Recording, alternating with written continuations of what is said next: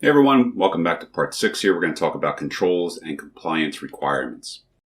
So NIST Special Publication 853B states that there are 4 main baselines and lists a series of controls that apply to each one of those baselines.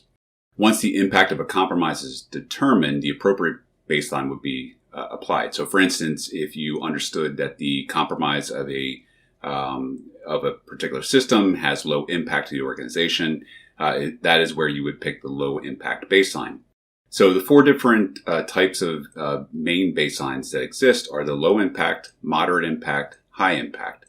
And these 3 are really in line with the impact of the organization. So for instance, low impact baseline is where the loss of confidentiality, integrity, and availability is a low impact to the organization.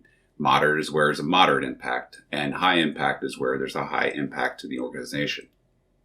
The 4th baseline is going to be a privacy control baseline, and this is a baseline for any system that processes PII. So there are 2 different ways that we can align those security controls with specific security requirements in the organization, and that's through tailoring and scoping. So tailoring is where we modify the security controls to align with the organization's mission. And what this means is that some systems may have a low impact to the organization, but the controls that are in place might actually be for high impact. So in other words, you might have very strict controls in place on a system that has low impact to the organization. That doesn't mean that we remove those additional controls to meet the low impact. We still continue to use the higher impact controls even on a system that has low impact. And then scoping is the selection of controls that apply to an IT system that are intended to protect and eliminate, and we want to make sure that we eliminate the ones that do not apply. So what that means is that if we're looking at applying controls to a brand new system, we only want to pick the ones that are specific to protecting that system and the data that resides on it. And then furthermore, you want to make sure that controls are aligned to any kind of external standards that exist. So that could be some of the ones that we talked about, whether it's GDPR, HIPAA, or PCI. There's a few different ways that we can actually protect data as well. And one of the most common ways is DRM, or data rights management.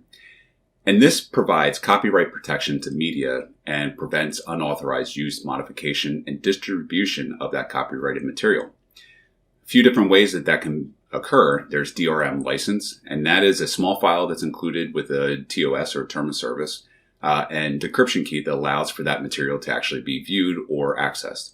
There's always on DRM, and this is a persistent online authentication that requires persistent access to an authentication server to allow that use.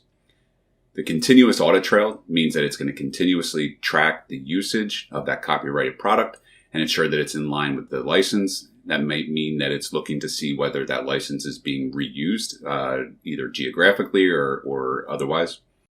And then automatic expiration. This is something where the material after a period of time expires. And you might be familiar with this if you read digital books. Sometimes if you check one out or something like that, that might only be available for you for a given period of time.